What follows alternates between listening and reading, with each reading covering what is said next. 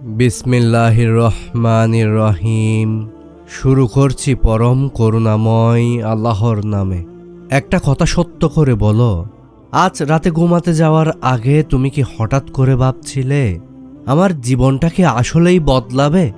যদি এই প্রশ্নটা একবারও মাথায় আসে, এই ভিডিওটা ঠিক এই মুহূর্তেই তোমার জন্য শুরু হয়েছে। শুনো, আল্লাহ যখন কারো কষ্ট শেষ করতে চান, তিনি আগে সব কিছু ভেঙে দেন না, তিনি চুপচাপ চিহ্ন রেখে দেন। এমন কিছু পরিবর্তন যেগুলো বাইরে থেকে কেউ দেখে না, কিন্তু ভেতরে ভেতরে তোমার মন বুঝে যায় কিছু একটা আসছে। মানুষ কমে যায়, কথা কমে যায়, চোখে পানি আসে, কিন্তু অভিযোগ আসে না। এগুলো যদি আজকাল তোমার সাথে ঘটে থাকে, ভয় পেও না, কারণ এই ভিডিওতে আমি বলবো সেই 5টি আলামতের কথা, যেগুলো একটার পর একটা মিলতে থাকলে আল্লাহ নিজেই বলে দেন তোমার কষ্ট এখানেই শেষ। এই ভিডিওটা শেষ পর্যন্ত দেখো, কারণ 5 নাম্বার আলামতটা 90% মানুষ এই জায়গায় এসে ভুল বুঝে বসে। 1 নাম্বার, অপ্রত্যাশিত কষ্ট থেমে যাওয়া, কিন্তু ব্যাখ্যা খুঁজে পাওয়া যায় না। শুনো, এই আলামতটা চুপচাপ আসে, কোনো ঘোষণা দেয় না, কোনো শব্দ করে না। হঠাৎ একদিন তুমি খেয়াল করো, যেই কষ্টটা প্রতিদিন বুকের ভেতর পাথরের মতো চেপে থাকত, সেটা আর আগের মতো ব্যথা দিচ্ছে না। সমস্যা আছে, পরিস্থিতি বদলায়নি, মানুষও একই, কিন্তু তবুও মনটা বলে আমি ঠিক আছি। প্রিয় ভাই, এইটা সাধারণ না, কারণ কোরআনে আল্লাহ বলেন আল্লাহ কারো উপর তার সামর্থ্যের বাইরে বোঝা চাপান না। যেই কষ্টটা তোমার ভেতর ভেঙে দিচ্ছিল, যেই ব্যথা নিয়ে তুমি রাত পার করছিলে, আল্লাহ যখন দেখেন এটা আর বহন করার মতো না, তিনি ওজনটা কমিয়ে দেন। আর খেয়াল করো, আল্লাহ সব সময় সমস্যা সরান না, অনেক সময় সমস্যার বারটা সরিয়ে দেন। রাসূল সাল্লাল্লাহু আলাইহি ওয়াসাল্লাম বলেছেন, মুমিনের কোনো কষ্ট, দুঃখ, ব্যথা, ইভেন কাটা বিতলেও আল্লাহ তার মাধ্যমে গুনাহ মাফ করে দেন। প্রিয় দর্শক, এটার মানে কি জানো? এই কষ্টটা খালি কষ্ট ছিল না, এই কষ্ট তোমাকে হালকা করছিল। সাহাবীদের জীবনে দেখো, হযরত আইয়ুব আলাইহিস সালাম সব হারিয়েছিলেন, স্বাস্থ্য, পরিবার, সম্মান, কিন্তু তিনি বলেননি কেন আমার সাথে। তিনি শুধু বলেছিলেন, ইয়া আল্লাহ, আমি কষ্টে আছি আর তুমি সবচেয়ে দয়ালু। আর আল্লাহ কি করলেন? একদিন কষ্ট সরালেন না, কষ্টের অধ্যায়টাই বন্ধ করলেন। প্রিয় ভাই, আজ যদি তুমি লক্ষ্য করো, আগের মতো ব্যথা লাগে না, কান্না আসে কিন্তু ভেঙে পড়ে না, কষ্ট আছে কিন্তু হতাশা নেই, তাহলে ভয় পেও না। এটাই প্রথম আলামত তোমার কষ্ট শেষের পথে।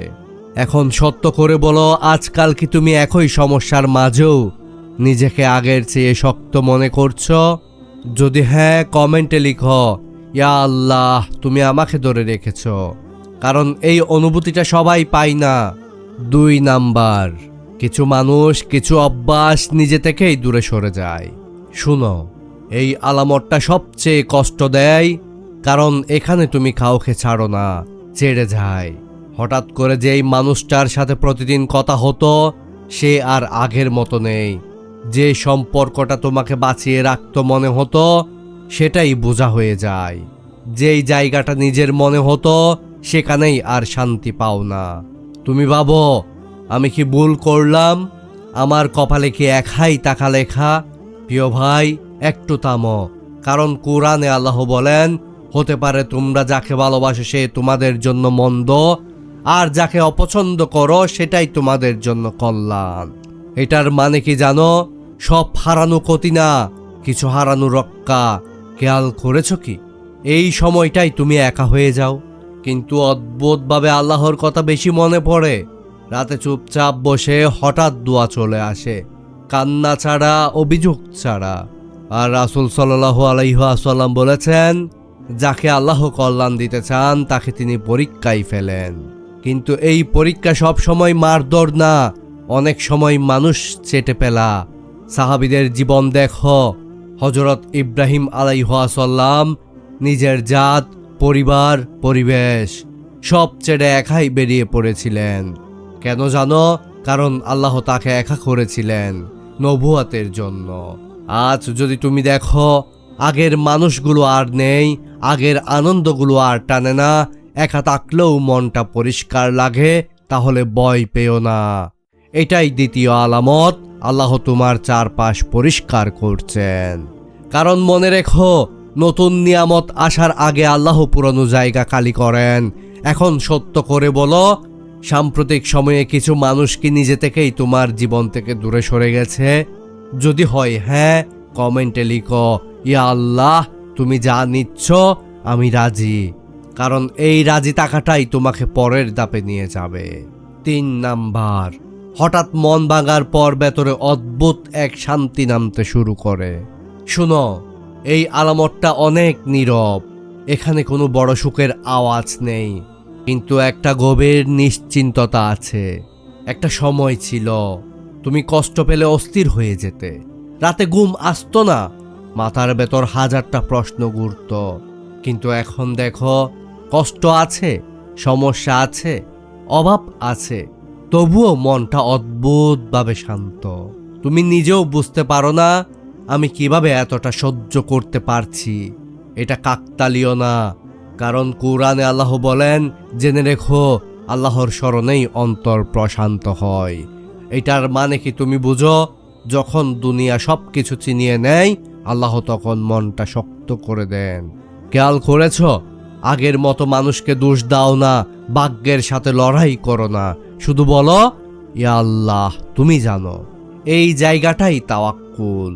আর রাসূল সাল্লাল্লাহু আলাইহি ওয়াসাল্লাম বলেছেন, মুমিনের ব্যাপারটা আশ্চর্য, তার সব অবস্থাই কল্যাণকর। কারণ সে জানে কষ্টও যদি আসে সেটাও অনুমতি নিয়ে আসে। সাহাবীদের জীবনে দেখো, হযরত কাব্বাব রাদিয়াল্লাহু নির্যাতিত, একা, নিঃস্ব, কিন্তু তিনি বলেছিলেন আমাদের কষ্ট আল্লাহ দেখছেন। এই বিশ্বাসটাই তাদের ভেঙে পড়তে দেয়নি। প্রিয় দর্শক, যদি আজ তুমি দেখো বড় কিছু না থাকলেও মনটা হালকা, কান্না আসে কিন্তু অভিযোগ আসে না, দোয়া ছোট কিন্তু মন থেকে আসে, তাহলে জেনে রেখো এটাই তৃতীয় আলামত। আল্লাহ তোমার অন্তরকে সুখের জন্য প্রস্তুত করেছেন। কারণ আগে মন ঠিক না হলে নিয়ামত এলে তা ধরে রাখা যায় না। এখন আমাকে সত্য করে বলো, এই শান্তিটাকে নতুন নতুন তোমার ভেতরে আসছে? আসলে কমেন্টে লিখো, আলহামদুলিল্লাহ, মনটা শান্ত। 4 নাম্বার, ছোট ছোট পথ সহজ হয়ে যাওয়া, কিন্তু বুঝতে পারো না কেন। শুনো, এই আলামতটা অনেকের চোখে অদৃশ্য। একটা সময় তুমি ভাবো চেষ্টা করেছ, লড়ছ, আর কোনো ফল নেই, কিন্তু হঠাৎ যেই সমস্যা তোমাকে আটকে রেখেছিল সে হঠাৎ সহজ হয়ে যায়, কোনো কারণ ছাড়াই। এই মুহূর্তে তুমি হয়তো বলছো আমি তো কিছুই করিনি, প্রিয় ভাই, কিন্তু তুমি বলছো। আর কুরআনে আল্লাহ বলেন, যে চেষ্টা করে আল্লাহ তাকে সহায়তা দেন। অর্থাৎ তুমি হয়তো দেখছো সব পথ বন্ধ মনে হলেও আল্লাহ চুপচাপ পথ খুলে দিয়েছেন। আর রাসূল সাল্লাল্লাহু আলাইহি ওয়াসাল্লাম বলেছেন, যে ব্যক্তি আল্লাহর উপর ভরসা রাখে আল্লাহ তার পথ সহজ করে দেন। সাহাবীদের জীবনে দেখো, হযরত আবু বকর রাদিয়াল্লাহু যখন কঠিন পরিস্থিতিতে ছিলেন, সবকিছু জটিল মনে হতো, কিন্তু তিনি চুপচাপ দোয়া করতেন, ভরসা রাখতেন, আর আল্লাহ তার জন্য পথ তৈরি করতেন যা আগে সম্ভব মনে হতো না। প্রিয় দর্শক, যদি আজ তুমি দেখো যে কাজগুলো আগে কঠিন মনে হতো, যে মানুষ বা পরিস্থিতি ব্যর্থ মনে হতো, হঠাৎ সেটাই সহজ হয়ে গেছে, তাহলে তুমি ভয় পেও না। এটাই চতুর্থ আলামত। আল্লাহ তোমার জীবনকে ধাপে ধাপে সাজাচ্ছেন। তাই কমেন্টে লিখো, ইয়া আল্লাহ, ধাপে ধাপে আসছি। কারণ মানুষ যে বুঝতে পারবে এটাই তার আলামত। 5 নাম্বার এবং সবচাইতে গুরুত্বপূর্ণ আলামত, হঠাৎ জীবনে ছোট ছোট সুখের আশা যা আগে কল্পনাও ছিল না। শুনো, এই আলামতটা সবচেয়ে স্পর্শকাতর। একটা সময় তুমি ভাবতে থাকো জীবনে কোনো আশার রোশনি নেই, দোয়া করছো কিন্তু কোনো উত্তর আসছে না, মানুষও বুঝে না তুমি ভেতরে কেমন কষ্টে আছো। তবুও হঠাৎ ছোট ছোট জিনিসগুলো যেগুলো আগে লক্ষ্য করো না, হঠাৎ তোমার জীবনে আনন্দ আলো ছড়িয়ে দেয়। তুমি হয়তো বলছো, এটা কি সত্যি আমার জন্য? প্রিয় ভাই ও বোন, এটা শুধু তোমার জন্যই। আর কোরআনে আল্লাহ বলেন, যদি তারা ধৈর্য ধরে রাখে এবং বর্ষা করে, আমি তাদের পথকে সহজ করে দিব। আর রাসূল সাল্লাল্লাহু আলাইহি ওয়াসাল্লাম বলেছেন, যে ব্যক্তি কষ্ট সহ্য করে এবং আল্লাহর উপর ভরসা রাখে, তার জন্য স্বস্তি এবং নিয়ামত অপেক্ষা করছে। সাহাবীদের জীবনের দিকে নজর দাও। হযরত ওমর রাদিয়াল্লাহু যখন কঠিন সময় পার করতেন, সবকিছু হারিয়েছেন বলে মনে হতো, তবুও তিনি ভরসা রেখেছিলেন। ফলে আল্লাহ ছোট ছোট নিয়ামত দিয়ে তার মন ভরিয়ে দিতেন, যা তার কল্পনারও বাইরে ছিল। প্রিয় ভাই ও বোন, আজ যদি তুমি দেখো অজান্তেই হাসি আসে, ছোট কিছু সুখের মুহূর্ত মনকে ভরিয়ে দেয়, মনে হয় সব ঠিক হয়ে যাচ্ছে, তাহলে বুঝে নিও এটা পঞ্চম আলামত তোমার কষ্ট শেষের পথে। শুধু কমেন্টে লিখো, ইয়া আল্লাহ, আমি প্রস্তুত আছি, কারণ এই অনুভূতিটাই দেখাবে আল্লাহর রহমত আসছে তোমার জীবনে। প্রিয় ভাই ও বোন, শুনো, তোমার জীবনের যাত্রা যেমন ছিল, দুর্বলতা, কষ্ট, অবক্ত ব্যথা সবকিছু অন্ধকারে ডেকেছিল, কিন্তু এখন তুমি লক্ষ্য করো, কষ্টের ওজন হালকা হয়ে যাচ্ছে, পুরনো মানুষ, অভ্যাস নিজে থেকেই দূরে সরে যাচ্ছে, ভেতরে অদ্ভুত শান্তি নেমে এসেছে, ছোট ছোট পথ হঠাৎ সহজ হয়ে যাচ্ছে, জীবনে অপ্রত্যাশিত সুখ এসে ভরে যাচ্ছে। এগুলো শুধুই আলামত, কিন্তু যদি তুমি সবগুলো মিলিয়ে দেখো, তাহলে বুঝতে পারবে তোমার কষ্ট শেষ, আল্লাহ এখন তোমার জন্য সুখের রাস্তা খুলেছেন। শুনো প্রিয় ভাই ও বোন, এই মুহূর্তে তুমি হয়তো বলছো, আমি কি সত্যিই প্রস্তুত?